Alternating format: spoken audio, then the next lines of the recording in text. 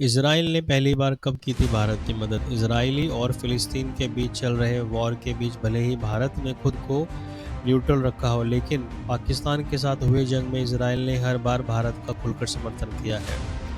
कई रिपोर्ट्स का दावा किया गया है कि 1971 के युद्ध में बिना किसी राजनयिक संबंध के इजराइल ने भारत की मदद की थी। चलिए आपको विस्तार से बताते हैं कि इजराइल ने पहली बार कब की थी भारत की मदद और पाकिस्तान से लड़ने के लिए भारत को कौन-कौन से हथियार दिए थे। 1971 में पहली बार की थी मदद। एक रिपोर्ट के अनुसार भारत और इजराइल के बीच साल 1971 में किसी भी तरह का कोई भी संबंध नहीं था, या फिर भी कोई दावा के अनुसार इजराइल ने पाकिस्तान के खिलाफ भारत की मदद की थी।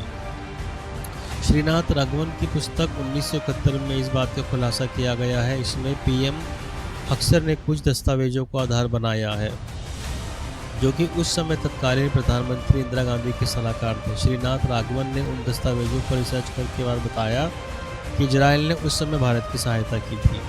भारत को मिले थे हथियार। राघवन की पुस्तक में बताया गया है कि जब प्रधानमंत्री इंदिरा गांधी के सामने यह प्रस्ताव रखा गया तो उन्होंने स्वीकार कर लिया था। दस्तावेज में इस बात का जिक्र है कि इजराइल भी उस समय हथियारों की कमी से जूझ रहा था, फिर भी प्रधानमंत्री गोल्डा मेयर ने ईरान को दिए जाने वाले हथियारों से भारत की मदद की थी। नरसिम्हा राव जब देश के प्रधानमंत्री बने, उसके बाद भारत और इजराइल के बीच 1952 में राजनयिक संबंध स्थापित हुए। कारगिल वॉर में भी की मदद।